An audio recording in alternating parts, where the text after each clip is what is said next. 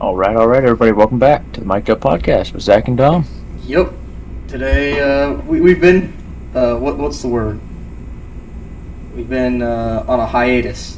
We've been on a hiatus, Right. but we're back Right. with another episode. Got some college football talk. I'm not sure what you have. What do you have? Well, the winner of the major and like 8 different roster changes, maybe 9. Hell yeah. All right, let's just get started. I want to start off with some college football talk. Hit a few topics here because I feel like this is what I'm best at. So first off, do you remember last episode when I talked about the college football coaches wanting just one transfer portal window? Yes. Well, they just added a one-time transfer portal window spanning from July 7th to August 5th. So now they have 3, just for this year. So now they have 3 instead of 2. It all stemmed from the House settlement that we talked about last episode in regards to the revenue sharing, like where the schools can directly pay their players based on revenue and what they get. So schools are basically allowed to just kick players off the roster, saying, hey, we recommend that you transfer elsewhere right now because we just don't have a spot for you. And players can transfer to another school. So it's not like a high-end transfer portal, like where big players can come and go. It's just essentially for walk-ons and low-level scholarship players. It's not the player's decision if they can transfer or not. The school has to designate the players to this list. So like the schools have to be like, okay, we're putting you on this list to transfer. You're allowed. All the other ones, they're stuck. They can't leave. I'm sure if a high-end player wanted out, he could threaten to sit out for a year or something. But he may face backlash, such as their scholarship being revoked. So I don't know. Definitely the low-end scholarship level players and like walk-ons, but I don't think we'll see any high-end players hitting this portal.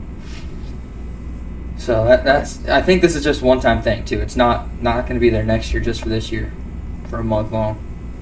Weird. Another thing I wanted to talk about was an encounter I had at work with this new worker. He says he's an Ohio State fan. So last week I was trying to make small talk. So I asked him if he liked Ohio State football, and he said, yeah, obviously. Everyone in the state of Ohio does. And that was the end of it. But then he came up to me like an hour or so later, and just out of nowhere. He was just like, well, I tell you what, if Ryan Day loses to Michigan in this year, he's gone. So I was just asking him why. Like, why? Why did you say that? He went on about how losing 5 straight is unacceptable, which I can't disagree with at all. That is not, okay. I get where you're coming from. But I asked him who we would hire instead, and he went silent. Crickets. That's the thing with these Ohio State fans. They all say they want Ryan Day. Well, they all say they want reigning, defending, national championship winning Ryan Day gone. But when you ask them who to hire, it's crickets. Nothing. The grass isn't always greener. Right. Like you have Ryan Day. He's a 46-year-old head coach who loves being at Ohio State. He's turned down multiple NFL level jobs to stay here. And he's the youngest coach since Urban Meyer in 2006 to win a national championship, and the 7th youngest ever. Like we have a guy who could be our coach for the next 20 years and build an absolute powerhouse like we saw with Nick Saban at Bama, and we're trying to get rid of him for losing to Michigan. Right. I don't get the obsession, but Urban Meyer was good for at least one absolute dog shit game every year against some unranked opponent. Virginia Tech 2014. Michigan State in 2015, who was ranked, they were ranked, but we had a terrible coach. We had terrible coaching, terrible game plan, terrible execution. Everything just fell apart. I was at your house for that game. This was 10 years ago. Remember, Michigan State hit the walk-off kick, and then their kicker ran down the field like that, doing the fucking windmills. And then Penn State in 2016, they were unranked. That's their only win against us in the last how many ever years. Then we went on to make the playoffs that year, 2016. We got blown out 31-0 by Clemson. In 2017, we lost week 2 against Oklahoma at home, and then we got killed by Iowa 55 to 24 in week 9. And then in 2018, we got murdered by a freshman wide receiver named Rondale Moore in Purdue. Fucking got murdered by Purdue. It was on a Friday night too. That's 4 unranked losses. Ryan Day's loss to Michigan this past year was his first unranked loss ever. His first. You'd think, by the way, that some of our fans talk about it, he loses to unranked teams every year. That's just not the case. Yeah. Fact of the matter is, if Urban coached against these past 3, I'm not going to count last 2024. They were pretty bad. But like 2021 and 2023, if Urban coached against those Michigan teams, he would not be undefeated against them like he was. Those 3 Michigan teams were far better than any of the Michigan teams Urban Meyer faced. That's just a fact of the matter. Right. I'm not saying Urban would have lost all of them now, but he would have at least lost one. I guarantee it. We're talking about a guy in Ryan Day who has 2 Big Ten titles, top 5 recruiting classes every year, and he should have 4 national title appearances in his 6 years there. We got robbed against Clemson in 2019, like absolute highway robbery, bad officiating the whole game. We made it in 2020, and then in 2022 we played Georgia in the semifinals, but that was really the national title game. I mean, Georgia went on to beat TCU, I think 66-3 or some shit like that, and we would have done the same exact thing. Yeah. And then this past year we made it when we won it. So Ryan Day already has more national title appearances than Urban Meyer, with 2. I'm not counting the ones that should have, the 2 that should have been. He's been 2-2, which Urban only went to 1, and he's 1 behind Jim Tressel. And then those are the two of the best coaches Ohio State's ever had. 2 of the top 3 coaches Ohio State's ever had.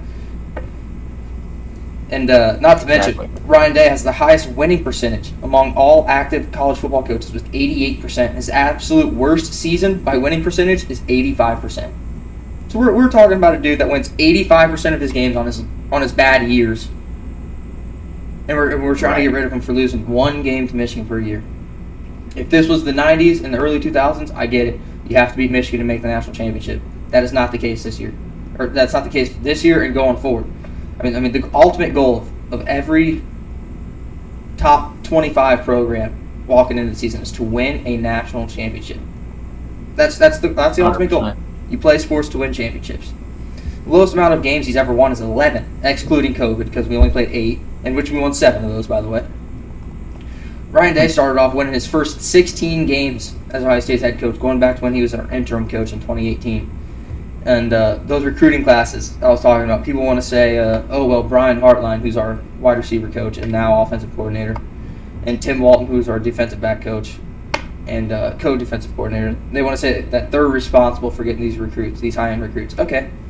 Well, okay. You got a point there. But who went out and made those hires, and then who went out and kept those dudes? Brian Hartline was being interviewed for the head coach at West Virginia, and Ryan Day said, not so fast, and promoted him to offensive coordinator to keep him. He's running Ohio State like he's the CEO, like he's the owner, which is what you need. If, like, for James Franklin, for instance, we'll pick on James Franklin for a second. James Franklin, I think they could win the national championship this year with Penn State. I'll get into that later, but I think they could win the title this year if he stays out of his own way. If he takes a step back and goes to more of that CEO role. Let your coordinators do the job, man. That's what you hired him for. You hire your coordinators to run the offense and the defense. You just need to sit back, watch, and direct them in the right direction. You don't have to fucking step in there and fuck it all up. Just direct them. Right. Suggest something every once in a while. Yeah. Back to the grass isn't always greener. If you look at Alabama with Kalen DeBoer, that's who they hired last year.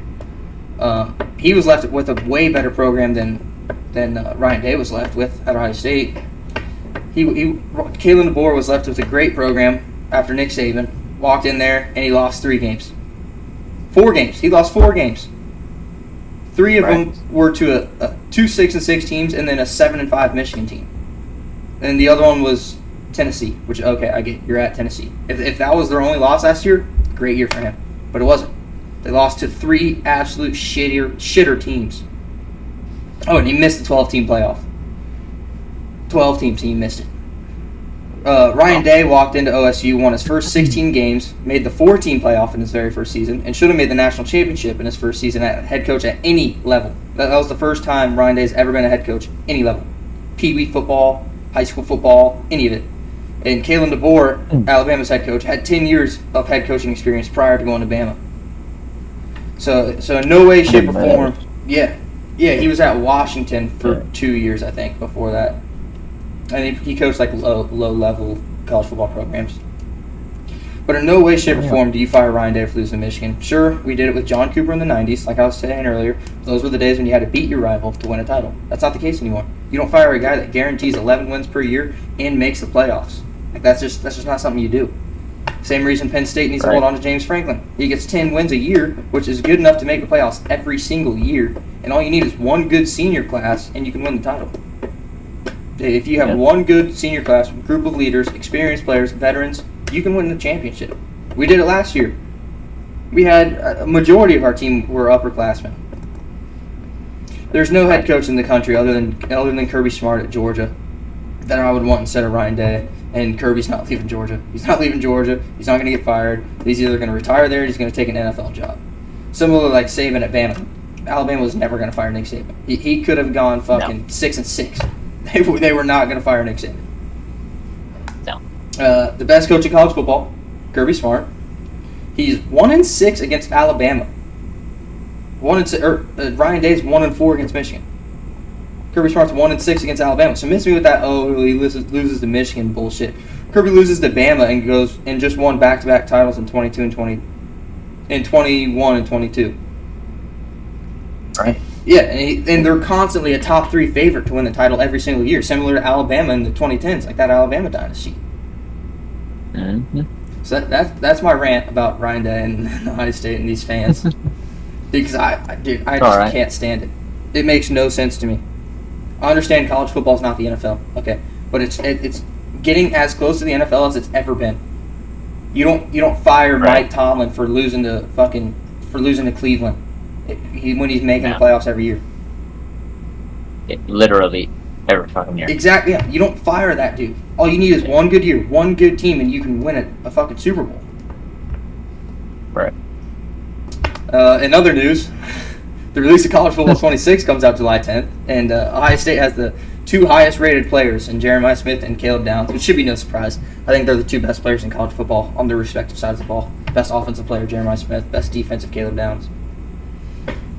And then the last thing I have today, which will take a couple minutes, I want to get into the top 5 teams that I think that can win it all this year, and I'll explain why. So first off, let's do Ohio State. We were just on them. So they have a great returning roster. Like I said, the 2 best players in the country will suit up for the Scarlet and Gray on Saturdays. Caleb Downs and Jeremiah Smith. All we need is decent QB play like we had last year. Will Howard, didn't have to play out of his mind. He didn't have to play out of his mind, do spectacular things. Just don't turn the ball over. Don't make mistakes. Limit your mistakes if you make them. And be able to extend plays. So all we need is decent QB play and decent running back play, and we'll be just fine. The defense will be stronger than ever. We have absolute freaks at linebacker with Arvell Reese and Sonny Styles. Sonny Styles was a safety when out of high school when we recruited him, and he just got so big that we just moved him down to linebacker. And I think part of the problem last year with Sonny Styles was we had Jim Knowles as our defensive coordinator when we got him from Oklahoma State. So he's not used to seeing these freak athletes. He's used to getting these three-star dudes. 3-star fucking white boys, corn-fed. Just not the super freaks. But now we have Matt Patricia, Patriots' old defensive coordinator. And this is what he does. Like, he used to scout these type of players, like Sonny Styles. So I think he'll know how to use them right. And Sonny Styles will be an absolute freak. Hell yeah, dude. We have great young cornerbacks with let me look up our projected starters, because I know we have what's his name? We had a bunch of recruits come in, but I can't remember. Jermaine Matthews. He played a little bit last year. He was very good. He's going to be a junior this year. Jalen McClain, he's going to be a sophomore this year. Davison Igbinosun, he's coming back. He's a senior. We got him as a transfer from Ole Miss a couple years ago. And then, worst comes worst, our nickelback, Lorenzo Styles, which is Sonny Styles' brother. He's a senior. He came from Notre Dame a couple years ago. He was a receiver in high school, I believe.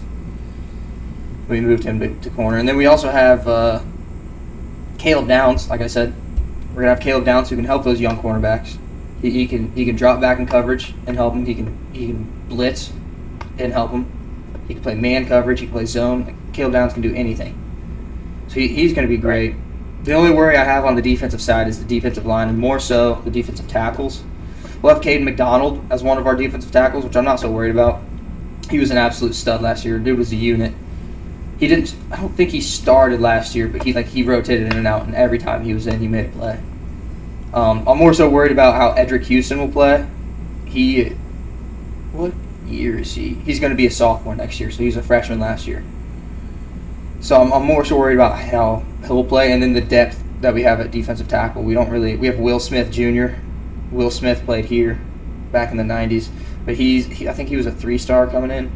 So I mean, I'm not saying that's bad at all. You can be a 3-star and play like a 5-star, but I don't know how he's going to play. And then play about the depth of our tackles on the outside. On both ends, on both defensive ends, we should be fine. We'll have Kenyatta Jackson on one side. He'll be really good. He played some last year. He subbed in. We'll have Kenyatta on one side, and then North Carolina transfer Bo Atkinson and linebacker turned edge rusher C.J. Hicks on the other side. So I think C.J. is going to back up Bo Atkinson because Bo, he's going to be a junior this upcoming season, so that's good. Yeah, he's going to be a junior, so we'll have at least this year and maybe another one. But he's supposed to be really good. He performed pretty well at North Carolina, so we'll see how he turns out here with Larry Johnson. And it's like C.J. Hicks. Yeah. He played linebacker, but he just got too big, and he was like Sonny Styles, just absolute freak athlete. So we moved him down to edge. So we'll see him rushing the quarterback. And then on the offensive side, we have the best receiving core in the country, and we only got better with the addition of Max Clare from Purdue. He's rated as the best tight end in college football. So we have 2 top 10 receivers in Jeremiah Smith and Carnell Tate on the outside, and then the best tight end in the nation with transfer Max Clare. So I mean, we also have a stud up and coming receiver, Mylan Graham. He showed out at the spring game. He reminded me of Garrett Wilson a lot. He wears number 5 too. He's going to be real good. He showed out at the spring game. He probably won't get very many reps this year. I mean, he'll still get in games, but he won't be like a starter, and you're not going to see him on the field all the time. But I think this guy's going to be the next great Ohio State receiver after Jeremiah Smith and Carnell Tate. I need to find what year he is because he's a redshirt freshman, so he's a freshman, not a true freshman, right. But he's a freshman. Yeah. And then whoever the quarterback is, it's probably going to be Julian Sayin. He will have the best situation for a new starting quarterback across the country. For new starting quarterbacks, not for returning quarterbacks. For new starting quarterbacks, he'll have the best situation across the country. Our running backs will be sophomore James Peoples, he had some good playing time last year, and he looked like a beast every time he got in. And then we have a proven senior transfer from West Virginia in C.J. Donaldson. So he transferred, and worst comes to worst, say James Peoples isn't playing up to par for how we expect him to play, we'll have C.J. Donaldson right there to help him out, take some of the load off of him. So I think we'll be pretty good. Yeah. I don't get as in-depth with all these other teams. The next team I have is Texas. I think they have a great shot at winning the title. If Arch Manning is as good as advertised, which I don't think he is, honestly. We'll get into that another time, not today. But if he is as good as advertised, they are a great pick for the title. They probably have the second best running back duo in the country, and they brought in 3 transfer defensive tackles, one of them being an old Ohio State player. So on the defensive side, I want to say they're pretty experienced. A lot of upperclassmen. Yeah, they have a senior, sophomore, junior, senior, sophomore, senior, junior, senior on the defensive side. So they'll be well experienced. I think they're going to be pretty good. And those two defensive tackles they brought in, or those 3, 2 of them are seniors, and they'll probably be the ones that start. Then Hero Kanu from Ohio State, he's a junior. So yeah, they're really experienced on the defensive side of the ball. Offensive side, not so much. With sophomore, freshman, junior, sophomore, junior, senior, sophomore, freshman, sophomore, junior. But I mean, I expect them to be pretty good. Like, offense sells tickets, defense wins championships. That's the saying. It's the oldest time. It was proven last year with Ohio State. Our defense was phenomenal last year, and we won the championship. So they'll be pretty good. They'll be really good. The next team I have is Georgia. Because, I mean, do I really need to say anything else? They're like Alabama in the 2010s. They're favorites win the title every single year. Right. Like every single year. I don't even think it's worth. No. I don't even think it's worth going into it. No. No, I'm with you there. It's. I mean, Georgia, low key, Georgia, Ohio State. I mean, they're your two that low key could win it any year. Yeah, every year they're always good. Always good. Yeah. The fourth team I have is Clemson. I think they'll be good. I think they'll be great because they have the best returning quarterback in Cade Klubnik. I'm not saying he's the best quarterback because you got Arch Manning, Julian Sand, whatever. You got a bunch of new starting quarterbacks, but he's definitely the best returning quarterback. He's a senior and he'll have a great team around him with a beast of a true freshman running back and some experienced receivers on the outside, along with a pretty old defense, which always helps. They have 1, 2, 3, 4, 5, 6, 7, 8 upperclassmen on their defensive side. So 3 of them are sophomores, and then on offense they have 1, 2, 3, 4, 5, 6, 7, 8, 9. So they're going to be another good experienced team. So I think they'll be very good too. They brought in a transfer defensive end, and then a transfer receiver, who I think will get some reps. So yeah, I think they'll be pretty good. Yeah. Oh yeah. And then the last team I have to keep an eye on is Penn State. They brought in about that. They brought in 3 transfer wide receivers. They're all seniors too. Damn. So they're all experienced transferred wide receivers. They needed it. Yeah, for sure. Wide receivers sucked ass last year. Yeah, especially with getting rid of Tyler Warren and going to the draft and everything. That was their tight end. He was their only fucking pass catcher. Right? Yeah. He was the only good person, the only guy that could catch a goddamn football on that team. Mm-hmm. Which makes no sense. For sure. So they brought in the 3 transfer receivers, all seniors, along with, and 2 are redshirt seniors. So this is their 5th year. Along with having the second best returning quarterback in Drew Aller. I think Cade Klubnik's a little bit better, and then Drew Aller. And then they also have the best running back duo in the nation with Nick Singleton and Katron Allen. It's second. These 2 dudes they're probably each top 5 running backs in all of college football, and they're in the same backfield. It's similar to Travion Henderson and Quinshon Judkins last year. Just absolute freak shows at running back. A great 1-2 punch, and it's going to be hard. They're both seniors as well. It's going to be hard. They brought in a transfer linebacker who's a junior, and then they have 5 seniors on the defensive side and 5 juniors on the defensive side. So they have 1 player that's a sophomore. He's playing strong safety. That's it. The rest are upperclassmen. And with the addition of defensive coordinator Jim Knowles, who we had, I would watch out for the Nittany Lions. They only have 2 sophomores projected to start, 1 on offense, 1 on defense, and no freshmen. It's basically all juniors and seniors, which is the perfect formula to be a great team, and I think they will be. If James Franklin was going to win a national championship, it would be this year with this experienced roster. They're going to be something to see. They're definitely going to give Ohio State a big challenge. Luckily, we play them in Columbus this year, so that'll definitely help. Oh, that'll be cool. But they're going to be tough to beat. Hell yeah. That's all I had. Blabbled for 23 minutes. That's all right. Hopefully I can do something similar. So, the major playoffs was pretty crazy, if I'm being honest. Sorry, I don't mean to cut you off. Have we talked about Austin yet? We talked about everything leading up to the playoffs. Okay. So last episode... This is the event you were at? Yes. Yeah, okay. Yes, yeah. So, dude, it was nuts. Right, so Dude, Spirit... I bet those videos you were sending me were fucking sick. Dude, it was sweet. Every time the bomb would explode... Every time the bomb went off, the fucking fire. Yeah, dude, that thing was sick. I really it was sweet. The whole event was I don't even know anything about CS, just whatever you tell me, and I want to go so bad. Yeah, dude, it was a blast. And the matchups were pretty fun. Unfortunately, I didn't get to see FaZe. FaZe ended up losing to Mongols in the quarterfinals. But is that before they come out, like in front of the people? No. Okay. I just only went to the semifinals and the grand finals. Okay. Yeah.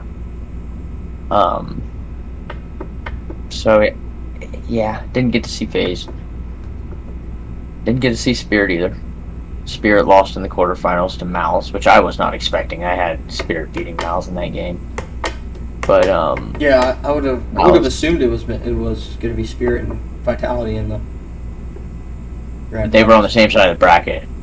So Spirit, Malice, Vitality were all on the same, and Navi were all on the same side of the bracket. Damn. Yeah, and then the other side of the bracket was FaZe, Mongols, Pain, and Furia.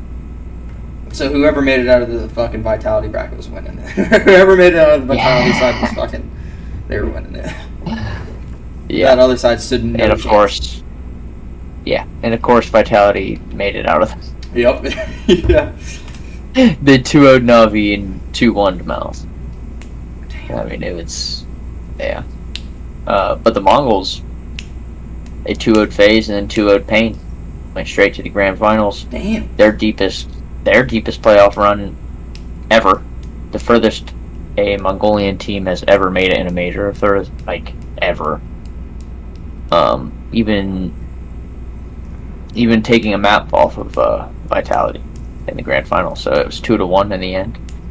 And it was actually not ZywOo that carried them over the edge. It was Apex. Really? Apex was the highest rated player in the grand finals with a 1.37. Yeah. ZywOo only had a 1.17. Rops had a 1.17. And Mezzy and Apex had 1.37, 1.32. Damn. It was crazy. It was crazy. The only person that went positive on the Mongols was Sinzu. He had a 1.26 rating. But, and he got EVP. He did really good, actually. He, definitely the best player. I mean, as the stats would say. Even the eye test checks out. He was by far the best player on the thing. He got multiple sweet-ass clutches. It was pretty good. He did pretty good, but... Who's the dude? Because I was watching the stream, and they were talking to some dude. He's like the main guy, the middleman. He's always in the middle for pictures. I don't know. I'm trying to find a picture of him. I'm looking at him right now. To the left of him, from our perspective, that's ZywOo. Okay. To the left is ZywOo. That's Mezzy. That is? That's ZywOo. The one your cursor's on is ZywOo. Okay. And then left of him, that's Mezzy. Alright, there's Apex. Yeah, that's the guy I was seeing get interviewed for everything. Everything Vitality was doing, he was getting interviewed for. Yeah, he's the IGL, and he speaks better English than ZywOo does. Yeah. Because they're both French. Yeah. And then to the right of Apex there, that's Flamesy. And then to the right of Flamesy, that's Rops. Hell yeah. Yes, sir. Yeah, those are just the dudes that I was seeing. Right. Yeah, Vitality. So they lost the best of one though in the playoffs. We already talked about that, but still have yet to lose a best of 3 or a best of 5. So I mean, technically, in their best of 3, best of 5 series, they're 34-0. Yeah. That's insane. Which but I would say definitely holds more weight because you can't just get lucky with one game and beat them. Right. Like, they drop maps to people all the time. Yeah, Mongols beat them 13-5 in the first map of the grand finals. Yeah. And then they came back and beat them 13-4, 13-6. 2 times in a row. Like, they're just so dominant in all the games. It's insane. It's insane. The amount of... When they do win the game, the amount of rounds that they let up is very minuscule. And it shows how dominant they are. Yeah.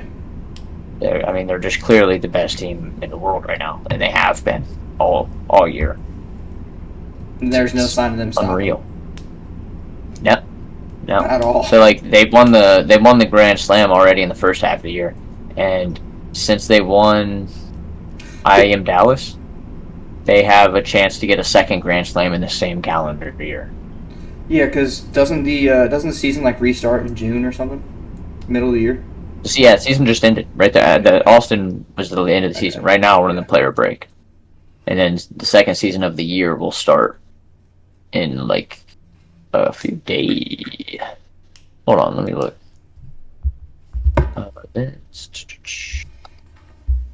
Fissure, I believe, is the next one, July 15th. So yeah, 8 days. Next week. And that one, that's none of like the real top teams is going to be there. Yeah. But like Furia, Astralis, Virtus Pro, Heroic teams like that will be there. So not too shabby. It's like the top 16 teams that aren't the top 16. It's the next 16. Yeah, you know what I mean? Yeah. Second half of the top 16. I'm pretty sure. Let me look actually right here. Maybe not, because Furia is going. So I lied. And Astralis. And 3D. Yeah, so no, actually, I just lied. Everything I just said is a lie. Not everything. But about the top 16. Because there's really only, like... So, Vitality won't be there, Mals won't be there, Mongols won't be there, Spirit won't be there, Aurora won't be there, Na'Vi won't be there, Falcons won't be there, FaZe won't be there, and that's your top 8. Right? But going on to 9 will be there, 10 won't be there, 11 will be there, 12 will be there, 13 will be there. So 9's probably the favorite. Potentially, yeah. That's Furia. Yeah. Right. So, like, it's kind of, it's just random. It's just like your super, super top teams, your big organizations aren't going. They'd rather have a longer player break. And then after that, July 23rd is IEM Cologne Stage 1. That's when IEM Cologne everybody will be at. Because that's like... A major, isn't it? Cologne and Katowice are like mini majors. Okay. They're like super prestigious tournaments. Which they're not doing anymore. Katowice, yes, got moved to Krakow. Yeah. But there's rumors of a different ESL event being held in the Spodek Arena, which is Katowice. Okay. So there's potentially going to be something happening in Katowice next year, or in 2026. We just don't know. But yeah, I think that's it. I think for the major, right? We talked about it. Vitality kind of swept through the playoffs after their best of 1 loss. They didn't drop a map, or they didn't drop a game. They made a clean run all the way to the grand finals. Expected. Yeah, it was awesome. It was absolutely sweet. Oh, no, look, you can kind of see it behind me. Hold on. That blanket? Oh. No. Oh, your foam finger. My foam finger. That's awesome. Shit was awesome.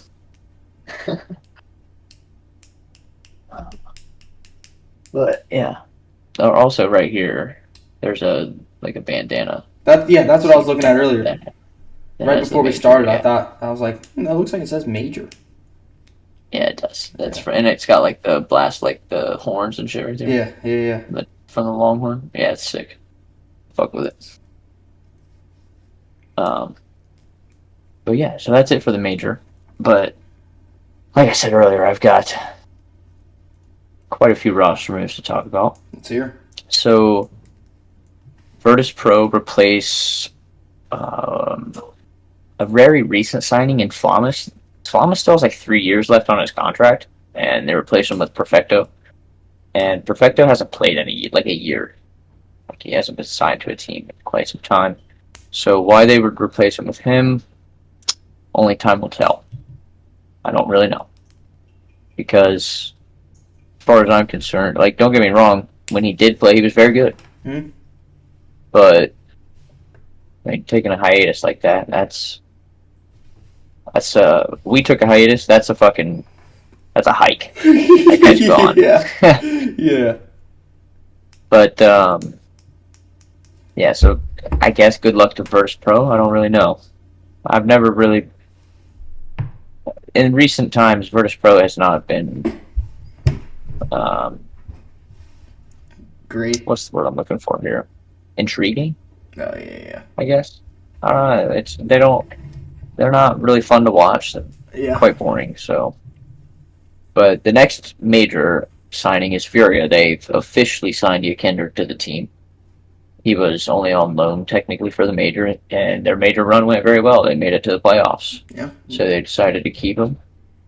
Don't see why And he not. he did play well. He gets along with all the players. They like him. Him and Fallen were hanging out in Miami because Fallen's got like a beach house or something in Miami. I imagine That's probably the some kind of most house in important thing, Miami. making sure everyone gets along. Right, right.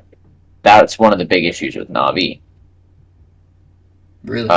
And speaking of Navi, Navi replace. We don't know who they replaced yet, but they're promoted. Fuck, what's his name? Hold on, transfers. Or fuck, it's rumored. It's not like Not set in stone. not Hasn't like been an actual released. thing. Just Pretty leaked. sure, but yeah, but it's their one of their academy players. They're bringing up from.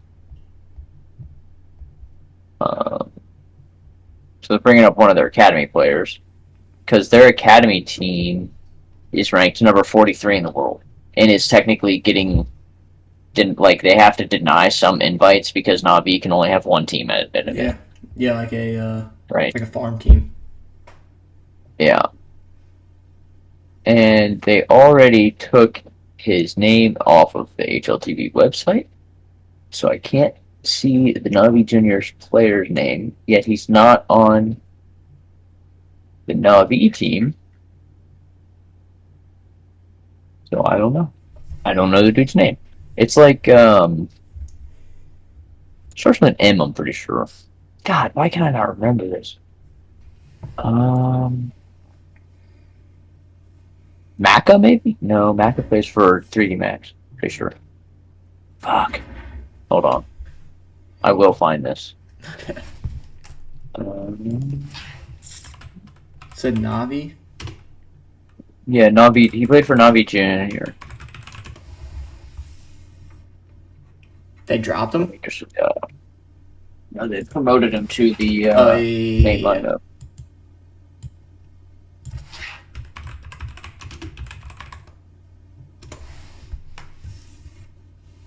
Makazi. Makazi, that's what it is. Yep. I couldn't think of his name. I knew it started with an M. So yeah, they're saying he's going to the starting lineup, but we don't know who he's replacing yet. So 18-year-old, yeah. Oh, yeah. It You could to be reveal who the new member will be replacing. Yep. Mm-hmm. So I don't know. It could be Emma. Could be JL. Some people say it could be Alexi B, but I doubt it'll be Alexi. Alexi was the is the IGL, right? So I don't think Blade will want to switch IGLs. I think Blade's the coach, and the way Blade runs Navi, he's got like a set fucking a playbook, the way shit works, and if you do this, you cause them to do this, you throw this smoke here, they'll react this way, and when they're reacting this way, you shoot them in the head, and he's got a whole thing laid out. So and I imagine and him and Alexi work well together, so I doubt they'll be replacing Alexi. But the next big roster move would be Spirit. Spirit have announced the benching of Magix, and they sign the Namiga Stars Way. So the Namiga was one of the teams I talked about last episode, where they made a very good major run. They started in stage 1 and made it all the way to stage 3, and had a chance to go into the playoffs. They just lost their final game. Forget who to. Could have been Pain. No. I don't know. Could have been Pain, actually. I don't remember. I think it was Pain. But, so yeah, Namiga part ways with his way, and Spirit pick him up. Donk did say that Magix was one of the best players that he's ever played with, which is insane. Really? Yeah, because Donk is Donk. Donk is great, yeah. There's nobody better than Donk right now, except Zaiwu. Zaiwu is, number-wise, is better than Donk right now. But yeah, secretly about Zaiwu, I think it's because Zaiwu got number 3 in the world last year, and that's the lowest he's ever been. So I think it pissed him off. Like from the start, since Zaiwu started, he's been either number 1 or number 2 in the world. That's nuts. He's never been lower than that. Finally got number 3, and I think it pissed him off, so he had to go back for number 1. That's nuts. This year he was born in 2000. He's only which one? Zaiwu. He's 24. He's gonna be 25 this year. Which don't they start like slowing down around the mid-20s? I'd say potentially their prime is about 22 to 25, 26. Okay. And then, but I mean, Zaiwu's a generational player, dude. He will have the longevity of LeBron James in the NBA. Dude's been there for 40 fucking years, it seems like. So, I mean, it's unreal. I talked about this last week, I'm pretty sure, but Falcons have officially signed Kyosuke to replace Magisk. Not Magix, but Magisk. Yeah. So, Falcons, one more star player, one more super player to hopefully just have so much firepower on the team that they don't even have to plant the bomb. They just go in there and shoot everybody's heads. Yeah. Like I think that's their entire game plan. So yeah, I'm pretty sure I already talked about that. So FlyQuest target JKS buyout from Liquid, but they have not settled on anything yet. I don't think they've. But if I had to guess, Liquid wouldn't want to hold JKS like kind of hostage like that with his contract. I imagine they would want to stop paying him and sell him off. So I imagine that FlyQuest and Liquid will come to some sort of deal before the season really kicks off. Yeah. 2 more things I got not last, but second to last. G2 are talking to Fnatic. We haven't talked about Fnatic in a long time because Fnatic haven't been good since 2015. Yeah, I don't remember the name. They used to be the best team in the world. Like went on a complete dominance. Like they fucking won everything. Like 2015 era, 2015ish, 2016ish, something around there, sometime around there. After you know NIP, the one that went like 87-0, that win streak. Right, that got broken, I believe, by Fnatic. Fnatic then went on like a fucking tear. You know what I mean? Pretty sure. I don't remember who broke their win streak, but it was right after NIP's like dominance. Fnatic just went the fuck off. The G2 are now talking to Fnatic about signing Mattis. I don't know how to pronounce his name. Mattis. One of the things. Yeah, I don't know. And I think that's a good move. I haven't really seen him play, but he's really going to be just replacing Hunter, because Hunter's going to slide over to the IGL role and Snacks is gone. Which, I mean, if you're G2 should have never got Snacks. G2 should have never got rid of Monacy. Should have never got rid of Nico. So, I mean, if you're G2, you're just good luck at this point. They're going for a whole different rebuild, but who do Monacy and Nico play for now? Falcons. Okay, yeah. That's what I'm saying. They signed Kyosuke, and they're like, that's what I'm saying. They're not even going to want to plant the bomb. They're just going to go in there and rip people's heads off. Yeah. And then the very last thing about anything that I have is Simple.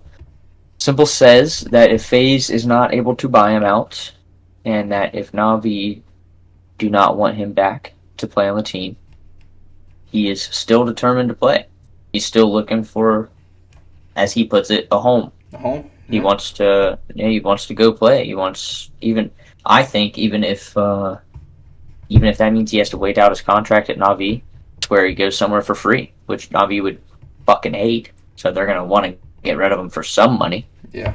Yeah, because he was once the number 1 player for a couple years. Yeah. Well, when Zaiwu was number 2, it was because Simple was number 1. Yeah.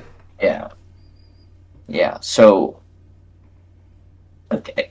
In CS:GO, simple, greatest of all time. There's no question about it. Once the game switched over to CS2, he quit playing. He hated the fucking once it first switched, it was so buggy and so fucked. He fucking hated the game, so he quit playing. He also had a lot of other shit. He's Ukrainian. The whole war starts. Yeah. I get it. Yeah. But yeah. So CS:GO simple's like undisputed, like the goat. But as soon as you switch over to CS2, that's when Donk enters the conversation. That's when ZywOo like really takes over the conversation because ZywOo just got 7 MVPs in fucking 6 months. Was it like a completely different game? Yeah, it was a completely different engine. Okay. Right, so they updated from the Source engine to the Source 2 engine. Okay. So it's the way the guns worked, the way it's. And then if you get down to the nitty gritty, I'm pretty sure CS2 is like 32 tick, like the servers, and CS2 invented a new thing, sub tick, so which doesn't really exist. It's really just fucking 128 tick, and it's fucking dog shit. So, or some stupid shit. I'm not a fucking rocket scientist. I don't have any idea. But somewhere in the lines of CS2 subticks, like the thing that Valve was like, oh, we created this whole new system. Well, your fucking system sucks. It sucked. It's getting better, I suppose, but I still come across times where my crosshair's on the fucking guy, I shoot, and where's the bullet's nowhere to be found. It's fucking... yeah, because, like, where the fuck did it go? I don't know. Yeah. And I'll even, like, I'll record it. I'll go into slow motion. Put it in complete slow motion. And I'm... clipping that shit. Right fucking in his chest. I am on his fucking chest. Pull the trigger and I die, not him. Alright, cool. Yeah, so... And it was so common to the point where everybody's just like, oh yeah, you got CS2'd. Because that wouldn't have happened in CSGO. So they made a name for it? Yeah. Like, it that's dog shit. And then nowadays, there'll be problems where the guy's peeking behind the corner, and when people are slowing it down, the guy's fully behind this wall, and you can see the bullet miss the wall, and he gets the kill. The bullet's this far away from the guy, and it registers as a kill. For what fucking reason? The bullet did not fucking hit that guy. Oh, that's like when you used to play Fortnite in fucking 2015. Yeah. You'd shoot a guy, your shotgun shell would go this way, but it would still fucking kill him. Be like, oh yeah, he's down to... Yeah. Either way. There's my little rant about the way CS2 works right now. Yeah. That shit's... it can be dog shit. We each had one. Damn. Yeah. But that's all I got, man. CS, besides all these roster moves, which is fucking insane. Yeah. That's all we've got right now. There hasn't been a tournament since then. Right. Yeah. Well. Oh yeah. It's all for today. Perfect. Well, if you guys enjoyed, don't forget to hit that like button, hit that subscribe button. But yeah, let's get a comment thing going here. Oh fuck. No one's ever commented on anything. Alright, what do you want them to comment? Anything. Comment who you think's gonna win the national championship. Yeah, there you go. The problem is they gotta watch it all the way through. I guess, yeah. Well, make them watch it all the way through, fuck. Yeah, alright. Yeah, national championship. Adios. See ya.